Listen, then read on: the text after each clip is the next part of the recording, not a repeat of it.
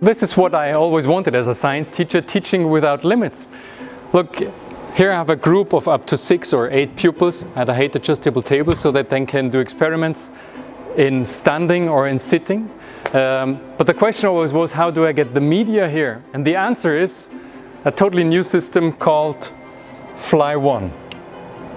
And I bring it down for the classes.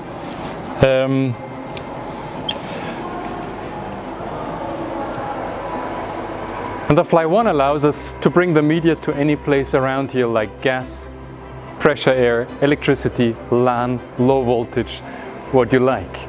Now, as long as this comes down, I show you my favorite for teaching. Here I can prepare all the experimenting kits for the next lessons. I have different colors for the different ages. And in here I have the experimenting kits, and I bring them onto the tables for the boys and girls arriving in 5 minutes to have our science class. Excellent, all prepared. Good.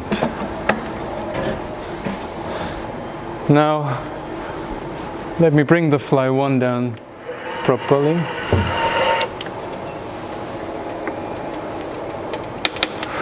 Right, fine, everything working, so fine.